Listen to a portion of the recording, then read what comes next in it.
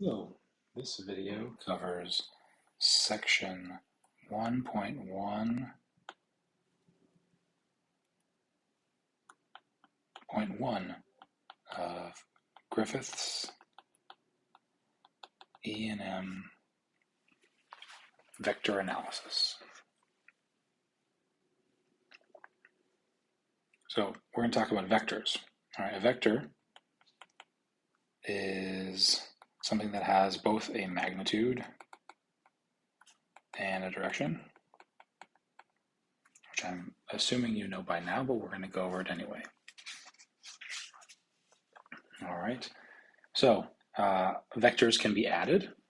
If I have a vector A, which I'll denote by the capital letter A with an arrow over the top, but Griffiths will use a bold-faced A, and a vector B, I can write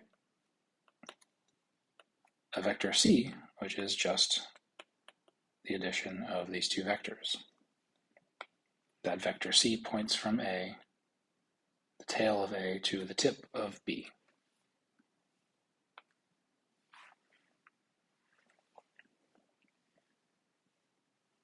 All right, so vectors can add. I can also multiply a vector by a scalar. I can have a vector that is A, and I can multiply A by some scalar quantity, which I will call C, lowercase c. Notice it doesn't have an arrow over the top, so it is not a vector. And that will make my vector longer.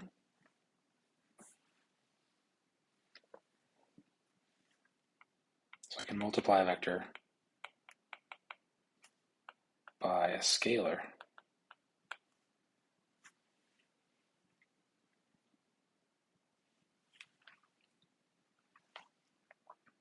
All right, now I emphasize that you can multiply a vector by a scalar, but you can also multiply a vector by another vector. All right, but we have to be careful in how we do that. Okay, so the first way that we can multiply two vectors is by taking their dot product.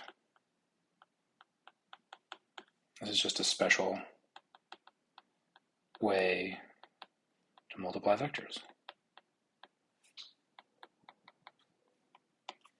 Okay, if I have two vectors, I'll call that vector A. I can make the dot product of that vector with vector B, which is the magnitude of A times the magnitude of B times cosine of the angle between them. So in this case, I have some vector A, I have some vector B, and they're separated by some angle. Notice that this quantity here is a scalar. The dot product of two vectors is a scalar, which is why it's also called a scalar product.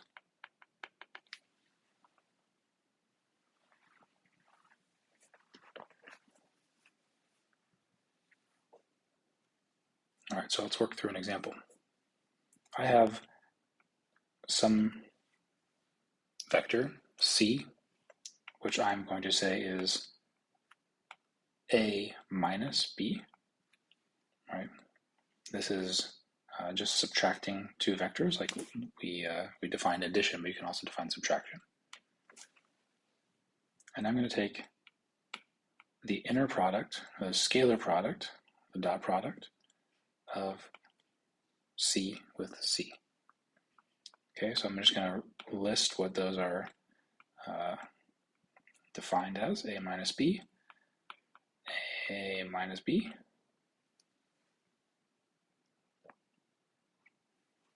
and this dot product is distributive, so I can go ahead and write this quantity as the product of four, as the sum of four vector products.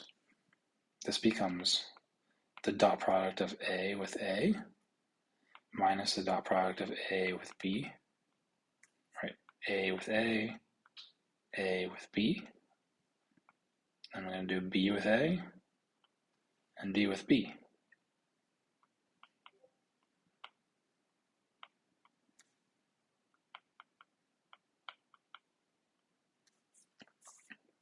But these two quantities here, A dot B and B dot A, are the same. It doesn't matter which order I take this dot product. So I'm left with A dot A plus B dot B minus 2 A dot B.